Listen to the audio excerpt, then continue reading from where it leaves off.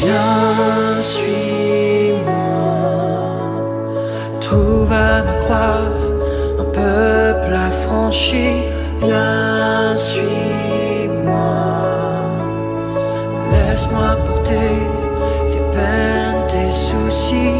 Suis mes pas, rêve avec moi ta nouvelle. Ce matin, dans le cadre de nos rencontres dominicales, je suis d'autant plus ravi que ce matin encore, Dieu nous fait la grâce de nous entretenir sur notre sainte foi.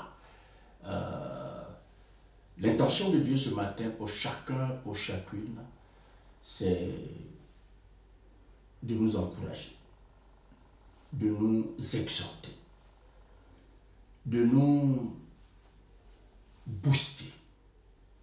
Et c'est pourquoi je suis ravi ce matin d'être là et d'être l'instrument de Dieu pour votre affermissement.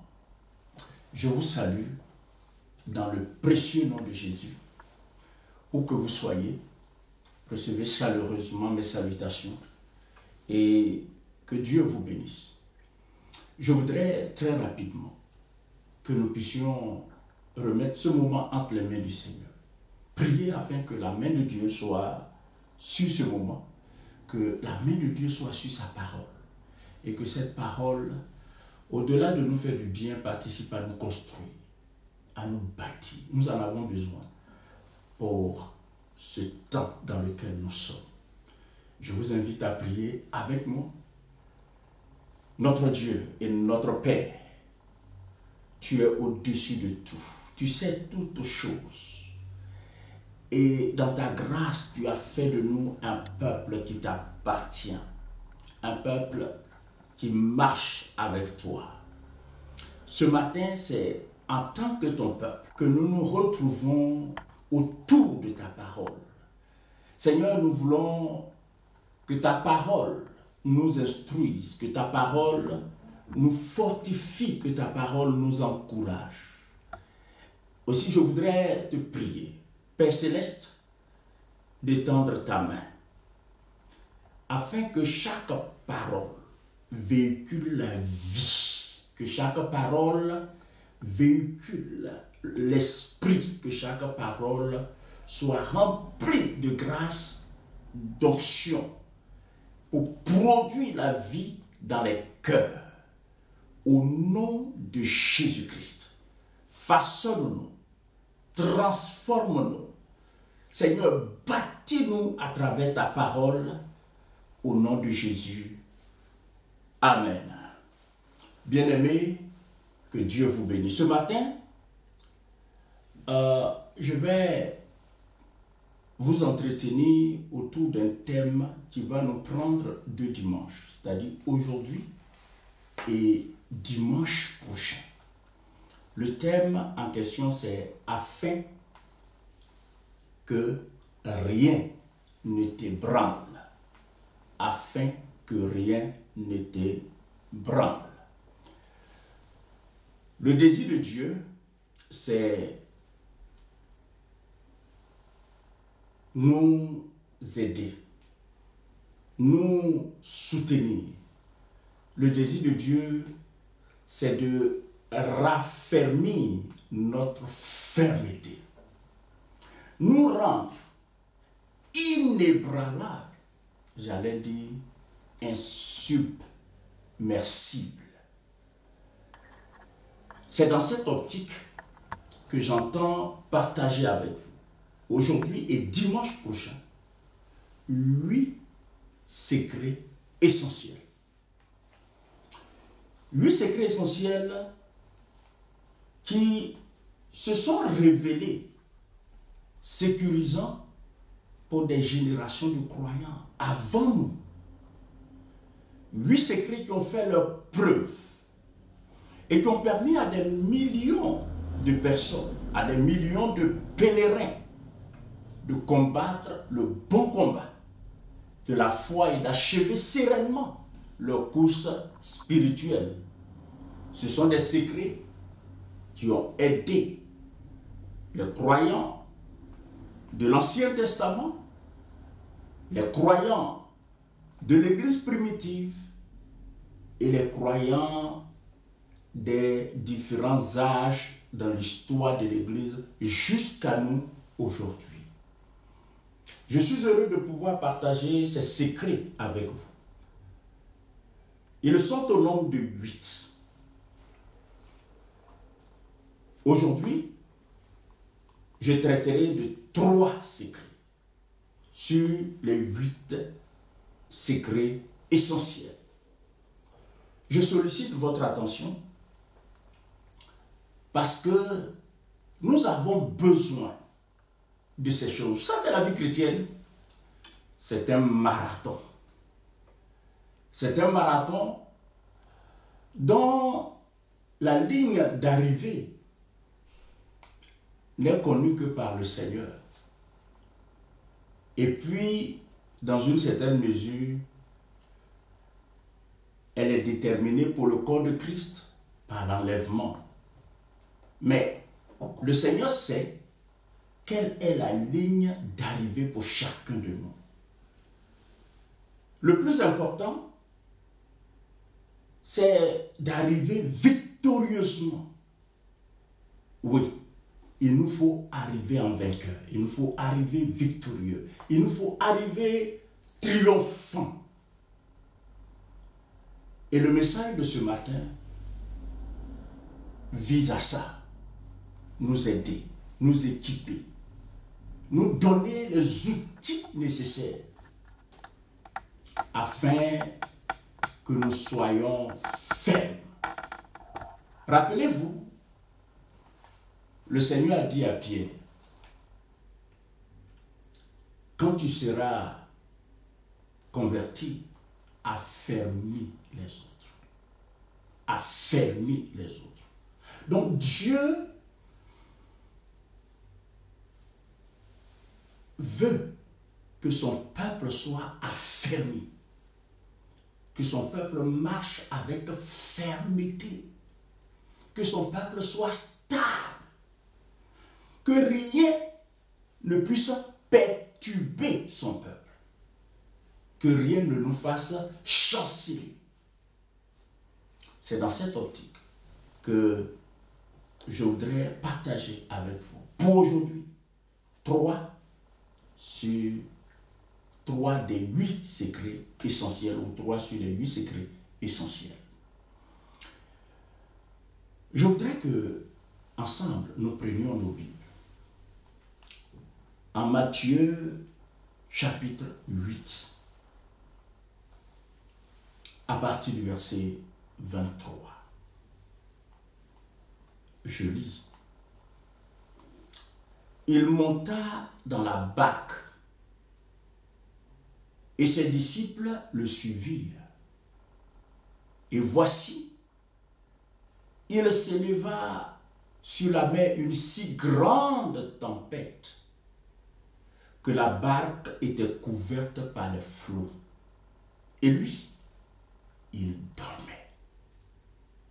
Les disciples s'étant approchés le réveillèrent et dirent, « Seigneur, sauve-nous, nous périssons. » Il leur dit, « Pourquoi avez-vous peur, gens de peu de foi ?» Alors il se leva, menaça les vents et la mer, et il y eut un grand calme. Ces hommes furent saisis d'étonnement. Quel est celui-ci, disait-il, à qui obéissent même les vents et la mer? Que Dieu bénisse sa parole. Le premier secret essentiel qui aide à nourrir notre fermeté, à nourrir notre stabilité, à nous rendre, aide à nous rendre inébranlables. Le premier de ces secrets, et ce secret il s'adresse à tout un chacun, à chaque être humain. Ce secret, c'est d'avoir Jésus dans sa barque. Avoir Jésus dans sa barque. Bien-aimé, avoir Jésus dans sa barque, ce n'est pas un slogan, ni une simple parole d'encouragement ou d'exhortation ou une publicité. Avoir Jésus dans sa barque, c'est une expérience. Je répète, avoir Jésus dans sa barque, c'est une expérience à vivre, une expérience à faire. C'est une métaphore pour dire qu'il faut que Jésus soit résident dans notre vie. Il faut que Jésus élise avec notre accord, avec notre invitation, avec notre autorisation, que Jésus élise domicile dans notre cœur, dans notre vie. Le Seigneur, dans notre barque, il ne doit pas juste être comme un passager, mais il doit être un résident permanent. Et cela est très important. L'histoire qui nous est rapportée dans cet évangile, d'ailleurs, il est rapporté dans les trois. Elle est rapportée, cette histoire, donc dans deux autres évangiles, notamment en Marc et en Luc. Cette histoire nous parle de barque, de disciples, de vent, de tempête et de l'autorité manifeste du Seigneur Jésus. Je voudrais, dans un premier temps, attirer votre attention sur le fait que la vie ici-bas est faite de tempêtes, d'orages, d'imprévus qui sont à même de déstabiliser, d'imprévus qui sont à même de faire voler en éclats nos espoirs, l'espérance qui nous anime, nos projets. Et bien souvent, ces tempêtes, ces orages, ces imprévus sont tels que face à eux, nous sommes complètement désemparés. Nous sommes complètement désemparés. Il est impossible de traverser cette vie sans être confronté à cette tempête, à des orages, à des tempêtes, à des situations indésirables et désagréables. Avoir Jésus dans sa barque, c'est l'assurance d'une vie qui tient bon. C'est l'assurance d'une vie stable. C'est l'assurance d'une vie qui triomphe des épreuves, qui triomphe des situations désagréables, qui triomphe des circonstances malheureuses. Avoir Jésus dans sa barque.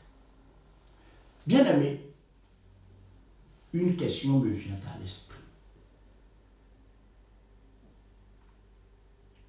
Qu'auraient fait les disciples si Jésus n'était pas présent dans leur barque?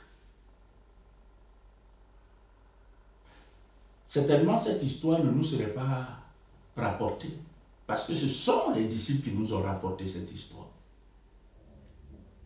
Parce que leur vie aurait pris fin. Ils se seraient noyés dans la mer. Qu'auraient-ils fait? Si Jésus n'était pas dans leur barque, qu'aurait-il fait, mes amis? Qu'aurait-il fait? Réfléchis à cette question. Je bénis Dieu parce qu'aujourd'hui, le monde est secoué par une tempête sans nom. Le monde, la barque de chaque personne, la vie de chaque personne est frappée de tous les côtés. Face à cette tempête, il y en a qui sont complètement livrés au désespoir. Il y en a qui sont désemparés, qui sont déstabilisés. Il y en a qui questionnent leur avenir et se demandent, qu'est-ce que Dieu me réserve? Revenons à la question que je vous ai soumise, à savoir qu'auraient fait les disciples si Jésus n'était pas dans leur barque. Mais je pense que plutôt que de demander qu'auraient fait les disciples si Jésus n'était pas dans leur barque, je voudrais être plus direct et te poser la question à toi qui me suis, qui m'écoute. Quelle solution peux-tu trouver face à une tempête qui défie tes ressources mentales, tes ressources financières, tes ressources à tout point de vue? Que peux-tu bien faire? Que peux-tu bien faire face à un lendemain incertain? Qu'est-ce que tu peux faire? Vous savez quoi? Nous sommes forts jusqu'à une certaine limite. Je vais dire, notre force a ses limites. Nos capacités ont leurs limites. Nos moyens ont leurs limites. Tant et si bien que, à certains moments, nous avons indispensablement besoin que Dieu intervienne. Nous ne sommes pas Dieu. Et c'est pourquoi nous avons besoin de Dieu. Dieu seul est infini, éternel et illimité. Mais nous ne le sommes pas. Quand tu es confronté à des tempêtes qui secouent ta vie jusqu'à ses racines, jusqu'à sa fondation, quand tu es confronté à des orages qui défient tes capacités, ton intelligence, quand tu es confronté à des situations qui assombrissent l'horizon devant toi, quand la tempête s'abat sur toi, à qui t'adresses-tu? Que fais-tu quand la crise frappe à ta porte? Que fais-tu face à l'imprévu qui menace ta stabilité? Qu'est-ce que tu fais? Qu'est-ce que tu fais? Qu'est-ce que tu fais? Il est important que chacun de nous réfléchisse sérieusement à cette question. De mon point de vue, c'est une question existentielle. Qu'est-ce que je fais quand ma vie est menacée d'une façon ou d'une autre? Qu'est-ce que je fais? Vas-tu te tourner vers un marabout? Il est aussi limité comme toi. Il a des problèmes qu'il n'est pas capable de résoudre, comme toi. Vas-tu te tourner vers un maître occulte qui dirige ta vie? Vers qui vas-tu te tourner? À qui vas-tu t'adresser? Qui peut garantir ta sécurité? Qui peut te préserver quand tu es confronté à des situations qui te dépassent? Qui peut le faire? Dans l'épreuve, qui sera ton secours? Ce matin, je voudrais dire à chacun, c'est essentiel d'avoir Jésus dans notre barque. C'est essentiel d'avoir Jésus dans notre vie. C'est essentiel. Personne sur cette terre ne peut dire que je suis à l'abri des épreuves, je suis à l'abri des situations désagréables, je suis à l'abri des tempêtes, je suis à l'abri des orages. Et ce sont ces situations qui mettent à nu nos limites, qui mettent à nu nos incapacités, nos lacunes, et démontrent que nous avons besoin de Dieu. Ce matin, bien-aimés, je voudrais dire à un frère, à une sœur, à un parent, à un ami, à quiconque entend ce message, que la chose la plus importante à faire dans une vie, c'est d'abord et avant tout avoir Jésus dans notre barque. C'est nécessaire. Cela peut se faire de la façon la plus simple possible. Dans cette semaine, j'ai reçu l'appel d'une sœur en Christ qui ne vit pas en France métropolitaine. Elle m'a appelé, m'a dit, Pasteur Kofi, je veux partager une bonne nouvelle avec toi. Mon mari a accepté le Seigneur. Il est en train de suivre des cours qui le préparent au baptême. Grande fut ma joie. Je lui ai demandé, raconte-moi un peu les circonstances qui l'ont conduit au Seigneur. Elle m'a dit du moins que son mari, observant le spectacle effroyable auquel nous expose la pandémie actuelle, a réalisé sa vulnérabilité. Et en même temps qu'il réalisait sa vulnérabilité, il a pris conscience de la brièveté de la vie. Mes amis, nous sommes vulnérables. On n'a pas l'impression que nous sommes... Nous n'avons pas cette impression, mais nous sommes vulnérables. Nous ne sommes rien du tout. Mais alors, rien du tout, mes amis. C'est par la grâce de Dieu que nous marchons, que nous parlons, que nous faisons ceci ou cela. C'est vraiment par la grâce de Dieu. Sinon, nous ne sommes rien du tout sans Dieu. Nous sommes vulnérables.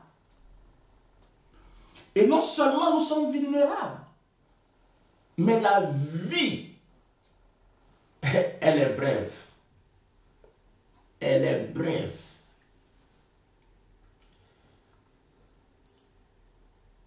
Je ne veux pas vous dire ce que vous savez déjà.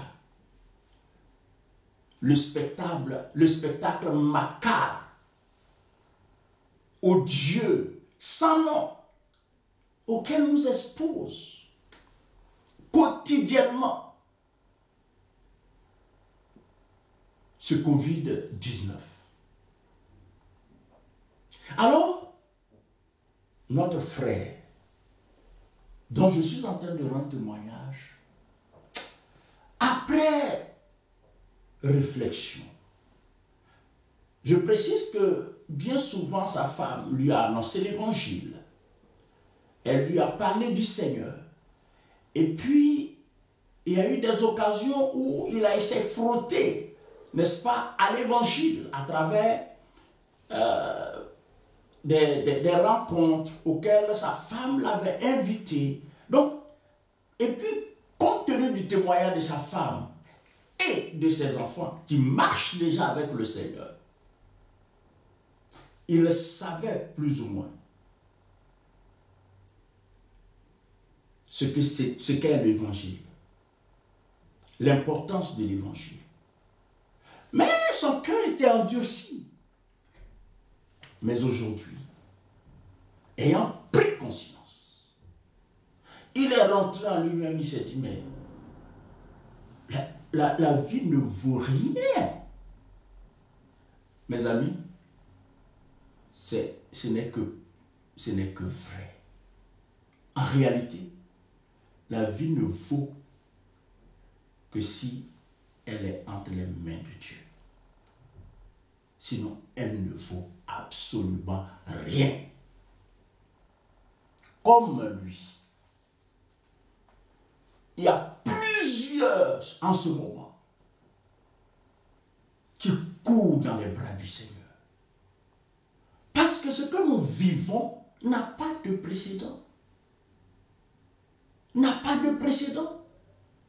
Et face à ça, plusieurs personnes qui s'étaient endurcies, qui ont marché comme des insensés, qui s'étaient adonnés à l'idolâtrie, qui avaient voué leur vie à l'occultisme, ont mis un arrêt. Ils ont observé un arrêt et ont fait demi-tour pour se jeter dans les bras du Seigneur. Je voudrais que tu sois à leur nombre. Que Jésus soit dans ta barque. C'est une expérience merveilleuse. C'est une expérience qui va enrichir ta vie, tant sur cette terre que dans l'éternité. Laisse donc Jésus s'installer dans ta barque. Invite-le dans ta vie, qu'il soit présent en toi. Tu sais, toi qui m'écoutes bien-aimé, si ce matin, alors que tu écoutes cette parole,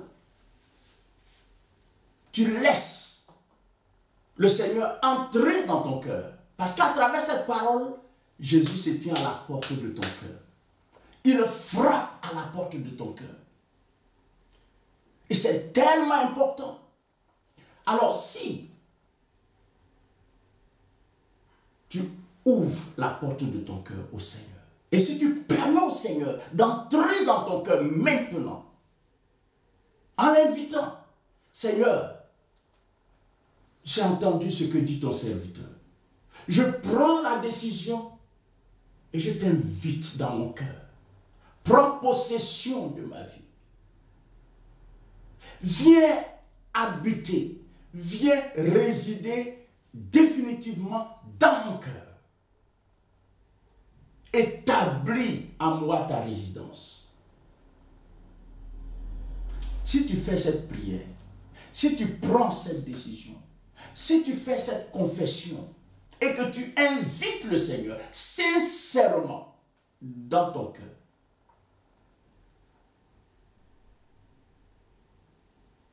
voici ce qui t'attendra.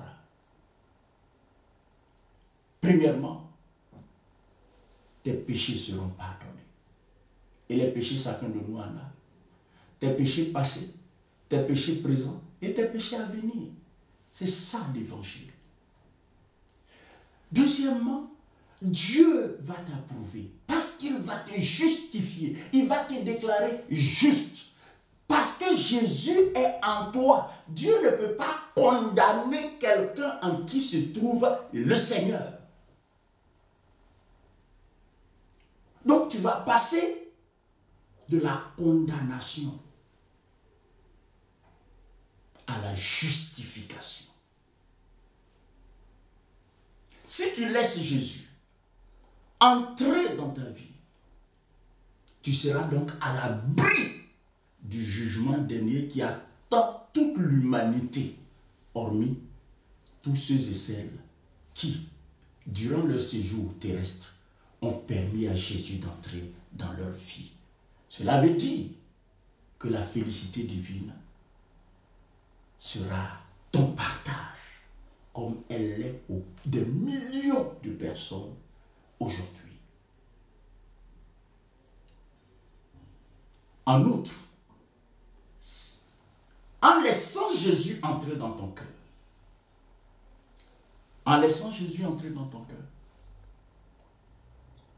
tu vas lui permettre, comme il a fait pour les disciples, tu vas lui permettre de sécuriser ta vie. Et Dieu seul sait, nous en avons besoin aujourd'hui. Parce que nous ne savons pas la nature des tempêtes auxquelles nous serons confrontés demain, après-demain. Nous ne savons pas quel type d'orage s'abattra sur notre vie. Nous ne savons pas quelle situation désagréable nous aurons à affronter demain et après-demain. Nous ne savons pas. Nous ne savons pas qu'est-ce qui va menacer notre stabilité, menacer notre vie, menacer notre famille. Nous ne savons pas. Mais ce que nous pouvons faire, c'est d'avoir Jésus dans notre vie. Sa présence, oh mes amis, c'est la sécurité. C'est la garantie par excellence. C'est l'assurance par excellence. Regardez, les disciples sont sur la mer, naviguant, et subitement, une tempête se manifeste. La barque était sur le point de couler. La plupart des disciples qui étaient avec lui étaient des pêcheurs expérimentés, avisés. Mais si ces pêcheurs ont crié au Seigneur comme ils l'ont fait, ça veut dire que cette tempête était d'une férocité qui les avait troublés. Une férocité telle qu'ils avaient compris que si rien n'était fait, leur vie ferait naufrage autant que la barque. Mes amis, heureusement pour eux, Jésus était dans leur barque. Ils ont crié au Seigneur. Il était tout au fond de la barque. Il dormait. Mais peu importe. Vous savez, Jésus est en nous. Qu'il soit silencieux, qu'il soit en train de nous parler, mais le plus important, c'est qu'il soit en nous. Quand tu l'as en toi, c'est la sécurité. Alors, ils ont crié à Jésus. Et la Bible dit, mes amis, la Bible dit, s'étant réveillé, il menaça. J'ai parcouru le récit dans les 3 évangiles qui rapportent cette histoire. Et j'ai été réjoui de voir que les 3 évangiles ont employé le verbe menacer. Frère, Jésus s'est levé. Il a menacé la tempête. Il a menacé les vents. la Bible dit. Et c'est en Matthieu, toujours. Alors il se leva, menaça les vents et la mer. Et il y eut un grand calme. Tu sais, la solution, la sérénité que tu cherches réside dans la présence du Seigneur en toi. La présence du Seigneur en toi va faire disparaître la peur. La peur suscitée par l'incertitude. La peur suscitée par les difficultés qui assombrissent l'horizon devant toi. Bien-aimé, Jésus en toi, tu seras à l'abri de la peur même de la mort. Parce qu'il est le seul qui a vaincu la mort. Il y a des tempêtes et il y a des tempêtes.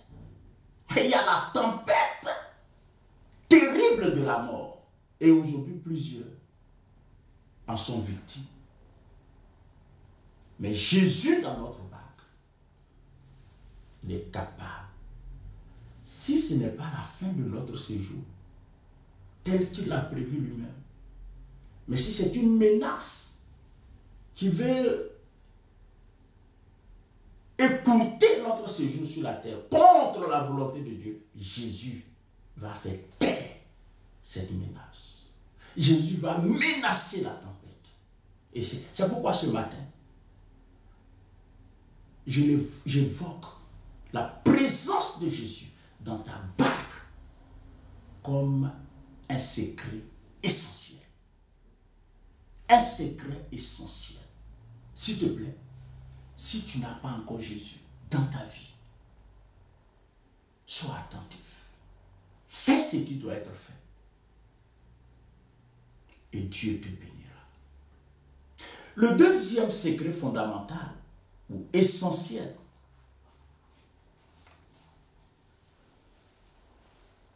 qui va nous rendre inébranlables, qui va nous rendre fermes et déterminés à aller jusqu'au bout. Ce deuxième secret, c'est avoir une connaissance personnelle, intime et factuelle de Dieu. Je répète, une connaissance personnelle, intime, vivante et factuelle de Dieu.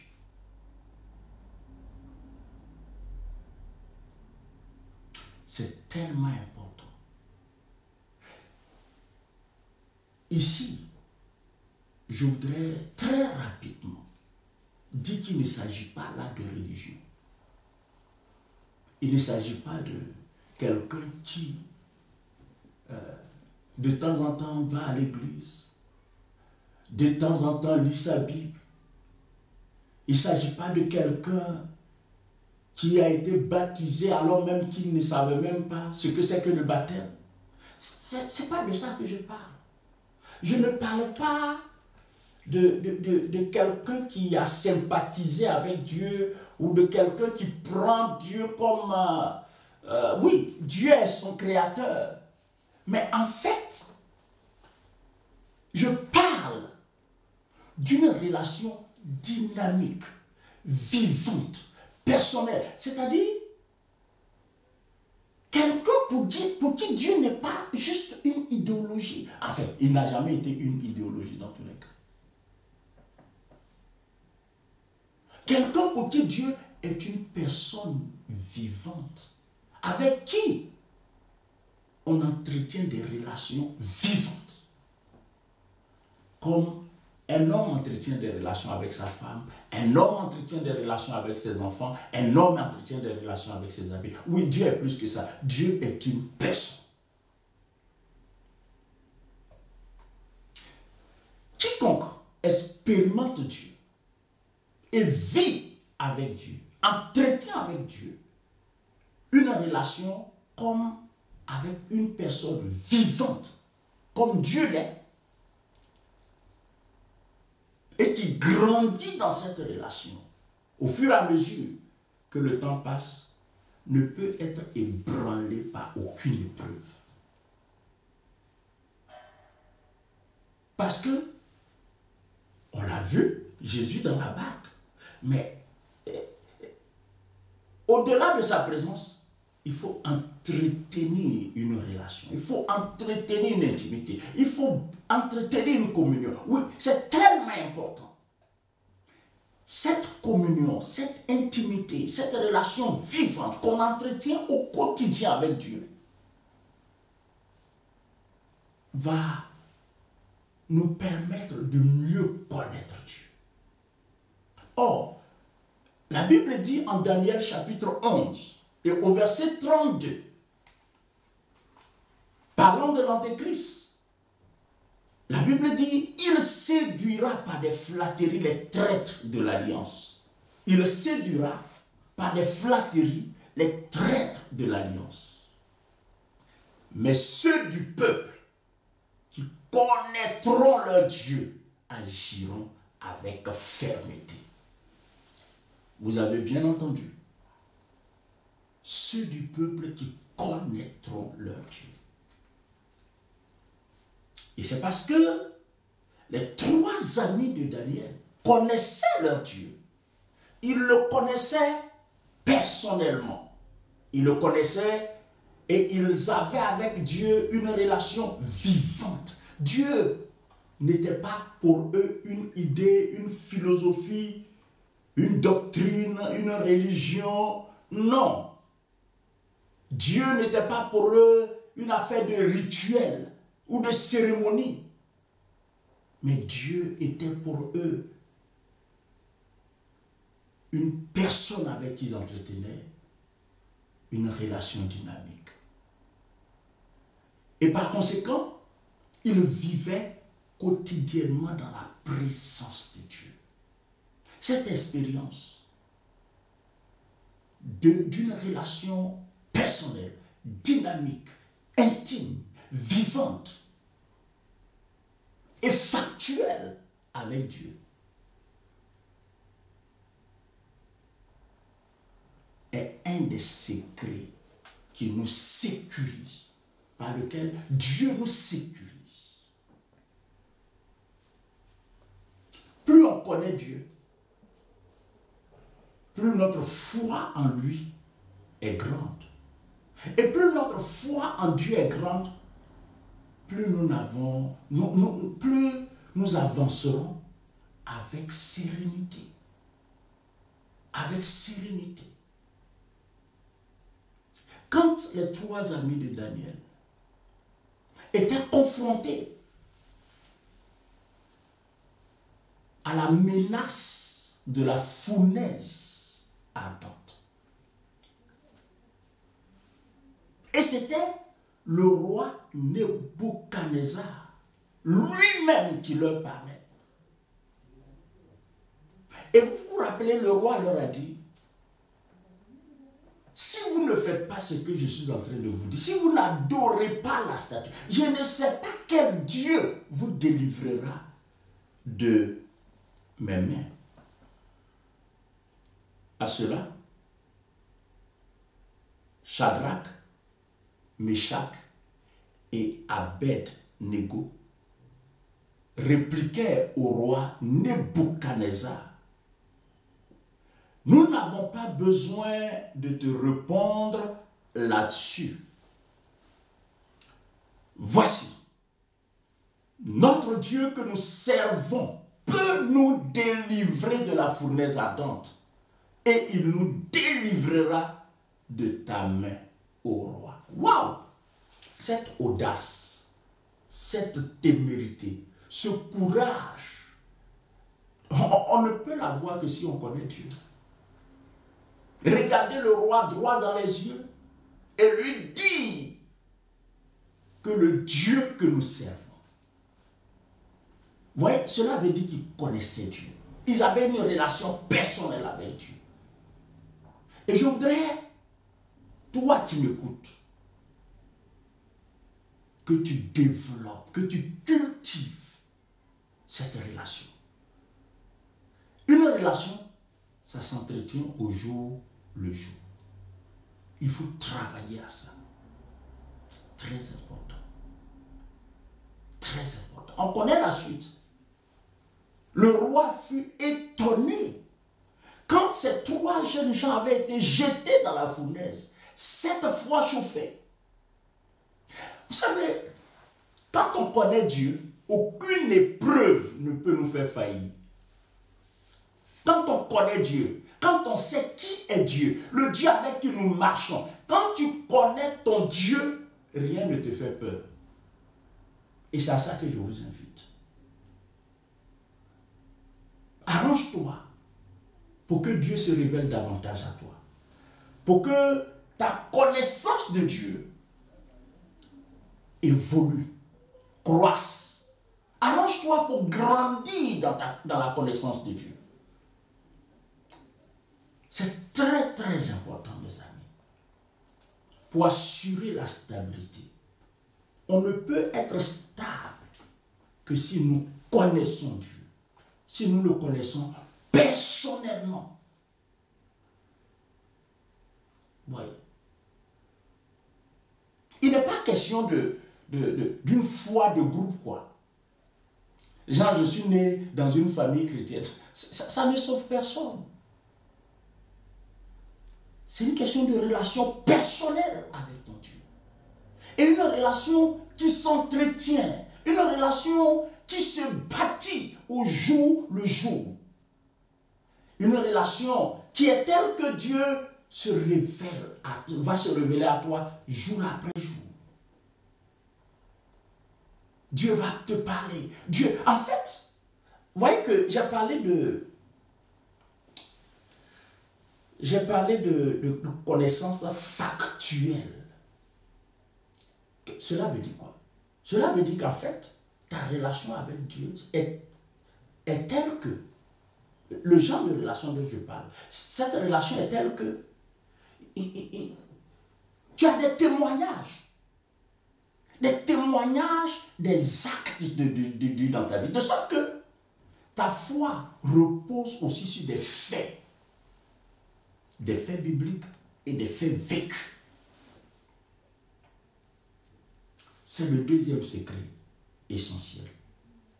Le troisième et dernier secret pour aujourd'hui. La suite sera pour le dimanche prochain. C'est le fait d'être fondé sur la parole de Dieu. En Matthieu chapitre 7, au verset 24 et suivant, la Bible dit ceci. C'est pourquoi quiconque entend ces paroles que je dis et les met en pratique sera semblable à un homme prudent qui a bâti sa maison sur le roc. La pluie est tombée. Les torrents sont venus. Les vents ont soufflé et se sont jetés contre cette maison. Elle n'est point tombée, parce qu'elle était fondée sur le roc. Mais quiconque entend ces paroles que je dis et ne les met pas en pratique sera semblable à un homme insensé qui a bâti sa maison sur le sable. La pluie est tombée, les torrents sont venus, les vents ont soufflé et ont battu cette maison. Elle est tombée et sa ruine a été grande. Frères et sœurs, la fermeté, l'affermissement, la stabilité ou les submersibilités ne se décrètent pas, mais se construit au jour le jour. À travers des décisions, des choix et l'adoption de valeurs conformes à la parole de Dieu. Quand nos décisions, nos choix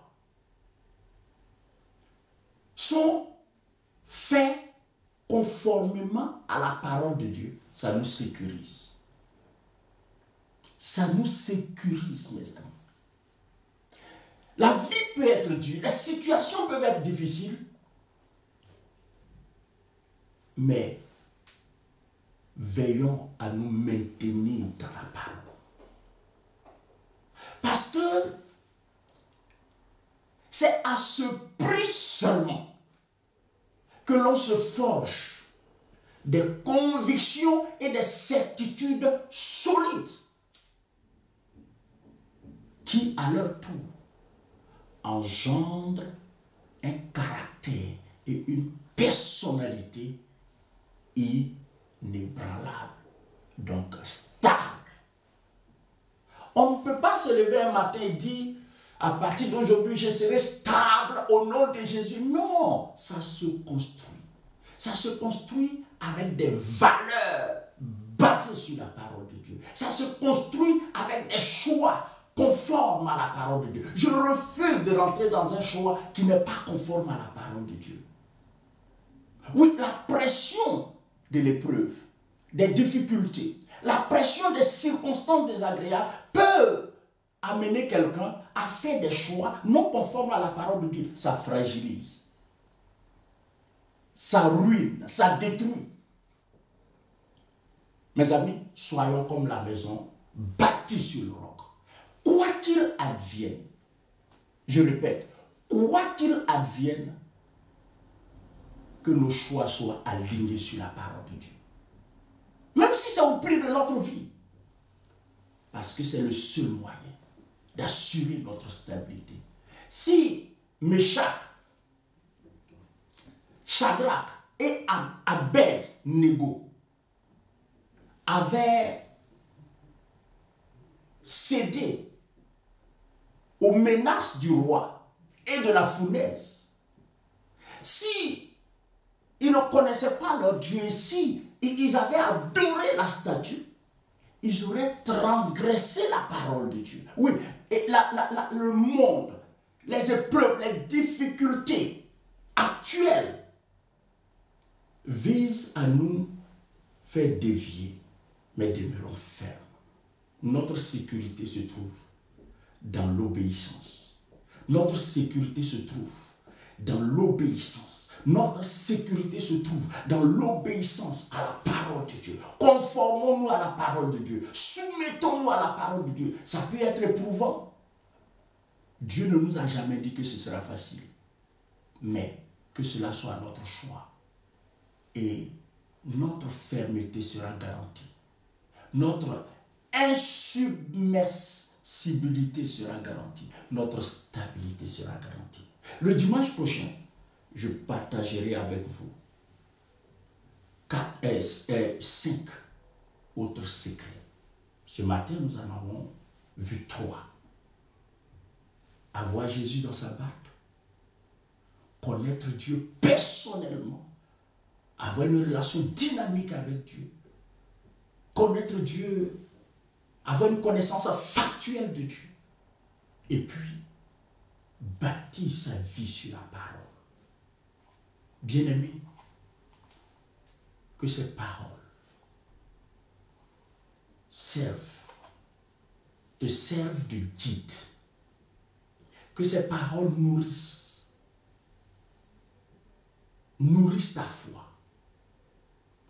que ces paroles nourrissent ton endurance et te rendent apte à traverser triomphalement, sereinement, toute forme d'épreuve auquel tu seras confronté. Parce que, vous savez quoi? Nous devrons terminer notre course, d'une façon ou d'une autre, en étant victorieux, en étant vainqueurs. Nous ne devrons pas lâcher prise. Nous ne devrons pas jeter l'éponge. Soyons forts. Notre force viendra de la présence de Dieu. du Seigneur en nous, de notre relation, de notre intimité, de notre communion avec Dieu et de notre enracinement dans la parole de Dieu à travers l'étude, la lecture, la méditation et l'obéissance. Que Dieu vous bénisse. Prions le Seigneur.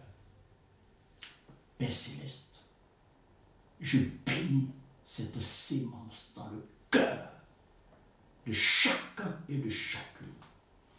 Tous ceux qui ont suivi ce message en direct et ceux qui vont le faire plus tard en différé, que chacun soit béni, que chacune soit béni et que cette parole serve à bâtir des vies à la gloire de ton nom. Seigneur, tu as besoin d'hommes et de femmes qui tiennent bon jusqu'à la fin, qui tiennent ferme jusqu'au bout. Fais de nous ce peuple qui ne cède pas devant l'épreuve, ce peuple qui ne capitule pas devant l'épreuve, ce peuple qui tient ferme, quelle que soit l'épreuve, quelles que soient les difficultés. Qu'il en soit ainsi pour nous, Seigneur. Bénis ton peuple. Et davantage, protège-nous. Protège nos vies. Protège tout ce qui nous appartient. Souviens-toi de ton Église dans le monde entier. Garde ton peuple. Et visite ceux qui ne te connaissent pas. Attire-les à toi. Sauve ceux qui ne te connaissent pas. Sauve nos parents qui ne te connaissent pas. Nos amis qui ne te connaissent pas. Au nom de Jésus-Christ. Merci Seigneur. Amen. Rêve avec moi ta nouvelle vie. Viens, suis-moi. Viens, suis-moi.